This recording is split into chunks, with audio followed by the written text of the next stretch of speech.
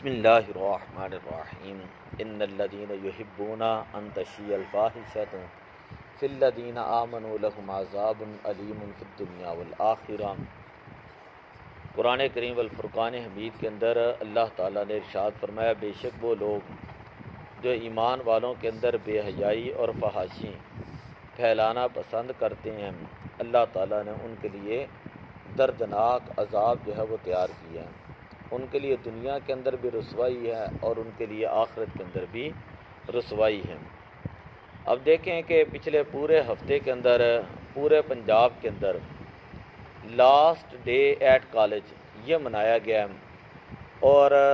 Punjab college ہے، superior college ہے، apex college ہے، کوئی بھی کالج ہے پورے پنجاب بلکہ پورے پاکستان کے اندر جو ہے یہ ڈے منائے گئے ہیں۔ اور وہاں پر کیا ہوا ہے اگر آپ کو نہیں پتہ تو جس طرح ایک ہندو ہوتے ہیں وہ ایک دوسرے کے اوپر اپنی دیوالی مناتے ہوئے ہولی دیوالی ایک دوسرے کے اوپر رنگ پھینکتے ہیں، تو یہاں پر بھی اسٹوڈنٹ ہے، انہوں نے کالج کے اندر بھی باہر بھی سڑکوں کے اوپر بھی آ کر اسی طرح ایک دوسرے کے اوپر کلر پھینک رہے ہیں، اسی طرح ایک دوسرے کی شرٹوں کے اوپر جو وہ انتہائی بےہودہ جو ہے وہ نام لکھ رہے ہیں، کہیں پر رنگ لگا رہے ہیں، کہیں پر انگوٹھے لگا رہے ہیں، کہیں پر پورا جو ہے اس طرح ہاتھ جو وہ چھاپ رہے ہیں۔ اسی طرح یہ بوائز کا حال ہے، اسی طرح یہ گرلز کا وہ بھی یہی عالم تھا کہ لڑکیاں بھی ایسے ہی کر رہی ہیں کہ ایک دوسرے کے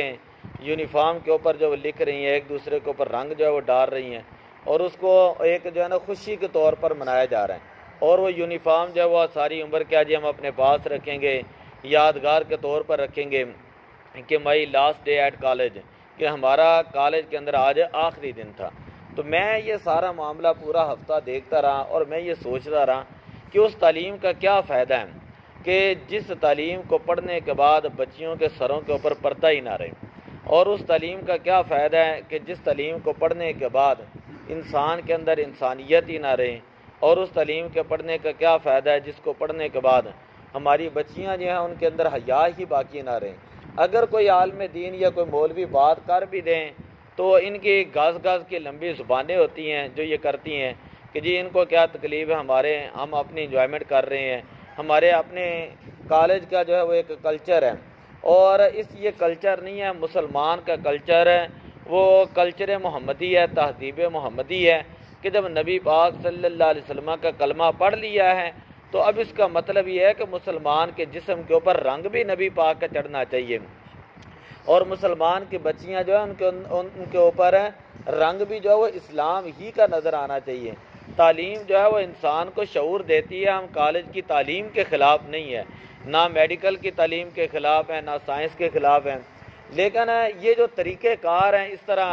بے حیائی اور فحاشی جو ہے پھیلائی جاتی ہے، ہم اس چیز کے جو ہے وہ خلاف ہیں۔ اب دیکھیں پہلے دور کے اندر نکاح جو بالکل سادے اور آسان ہوتے ہیں، آج اگر کسی نے نکاح کرنا ہے تو نکاح کے وقت ان کو یاد آتا ہے کر سب یہاں پر حق مہر ہے، شریعتی لکھ دیں، شرعی حق مہر لکھ دیں، حالانکہ تیل مہندی سے لے کر سارے معاملات وہ سارا گھروں کے اندر کنجر خانہ ہوتا ہے، اسی طرح بے پردگیاں ہوتی ہیں۔ اور اب کسی موقع پہ کسی پروگرام کو اٹینڈ کر کے دیکھ لیں، لگتا ہی نہیں ہے کہ یہ مسلمانوں کی بچیاں ہیں۔ یقین کریں ہم بھی اسی معاشرے کے اندر رہتے ہیں، ہم بھی یہاں پر اسی علاقے کے اندر رہتے ہیں کہ لگتا ہی نہیں ہے کہ یہ مسلمانوں کی بچیاں ہیں، کہ نہ کوئی شرم ہے نہ کوئی حیا ہے، باپ کے سامنے بیٹیاں ناچ رہی ہیں، بھائیوں کے سامنے بہنیں جو وہ ناچ رہی ہیں، اور کزنیں جو ہے وہ کزنوں کے سامنے ناچ رہی ہیں۔ یہ کیا طریقہ کار ہے، اور یہ کیا جو ہے یہ یعنی اسلام کے اندر کوئی چیز موجود ہی نہیں ہے۔ جب آپ نے کلمہ پڑھ لیا ہے تو کلمے کا مطلب کیا ہے؟ پردہ۔ تو پردہ کیا ہے کہ یہ عورت کی عزت کا نام ہے۔ تو جب سارے معاملات خراب ہو جاتے ہیں، بچیاں گھروں سے بھاگ جاتی ہیں، بعد میں یہ کہتے ہیں جی پتہ نہیں کیا ہو گیا، پتہ نہیں کیسے ہو گیا۔ جب آپ نے سارا گند گھروں کے اندر رکھا ہوا ہے، سارے موبائل گھروں کے اندر رکھے ہوئے ہیں، ڈش ہے، کیبل ہے، اور پتہ نہیں کیا کیا چیزیں جو گھروں کے اندر موجود ہیں، جب کسی کو سمجھانا نہیں، تربیت نہیں کرنی، اور جو کوئی بزرگ سمجھا بھی دیں تو اس کے گلے ہی پڑ جانا ہے، تو یہاں پر پھر معاشرے میں اللہ کی رحمتیں نازل نہیں ہوتی بلکہ اللہ کے عذاب یہ نازل ہوتے ہیں۔ میں ایک گھر نہیں بلکہ ہزاروں گھروں کو میں جانتا ہوں جنہوں نے اس طریقے کے ساتھ شادیاں کی، اس طریقے کے ساتھ بیاہ کیے، اور اس کے اندر قرضے اٹھا کر ناک رکھنے کے لیے کھانے بنائے، ہر چیز بنائے، بعد میں 2-2 3-3 4-4 سال ان لوگوں سے وہ گھر کے قرضے جو ہے نا، وہ نکاح کے قرضے جو ہے نا وہ ہی ختم نہیں ہوئے. آگے کی مصروفیات، آگے بال بچے ہو گئے، پھر وہ قرضہ نہیں اتارا گیا، پھر آگے بال بچے ہو گئے، پھر قرضہ نہ اتارا گیا، تو سالہ سال پھر اسی طرح چلتا چلا جاتا ہے. تو نکاح جو ہے میرے آقا صلی اللہ علیہ وسلم نے فرمایا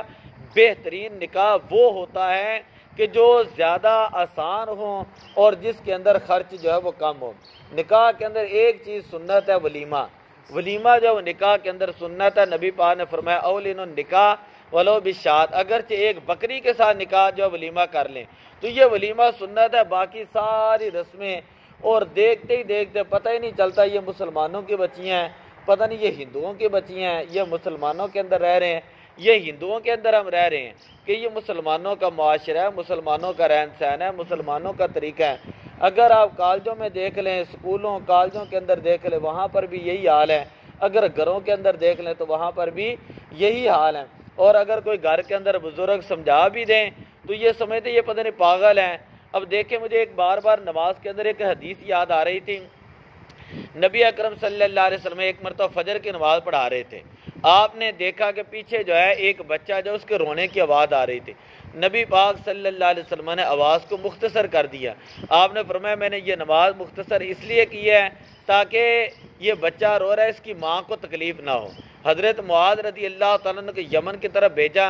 وہ فجر کی نماز کے اندر لمبی قرات کرتے تھے. نبی پاک صلی اللہ علیہ وسلم نے ان کو بلایا، بخاری شریف کے اندر موجود ہے. فرمایا افتان یا معاذ، کہ اے معاذ کیا تم لوگوں کو فتنے کے اندر مبتلا کر دو گے؟ کیا تم یہ چاہتے ہو کہ لوگ اگلے دن آ کر تمہارے پیچھے نماز ہی نہ پڑھیں؟ آپ نے فرمایا کہ نماز کو مختصر کیا کرو، کہ تمہارے پیچھے بوڑھے لوگ ہوتے ہیں، کمزور لوگ بھی ہوتے ہیں، اور اس وقت جو وہ عورتیں بھی چونکہ پیچھے پڑا کرتی تھی، بعد میں تو منع کر دیے گیا. تو نبی پاک صلی اللہ علیہ وسلم نے فرمایا کہ تمہارا اگر قوم کا امام بنے تو اس کا حق ہے کہ وہ اپنے مقتدیوں کی نماز کا خیال